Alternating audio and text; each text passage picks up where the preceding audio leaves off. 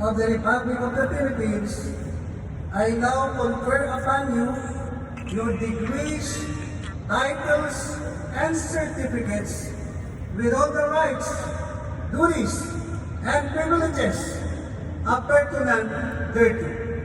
Congratulations, graduates!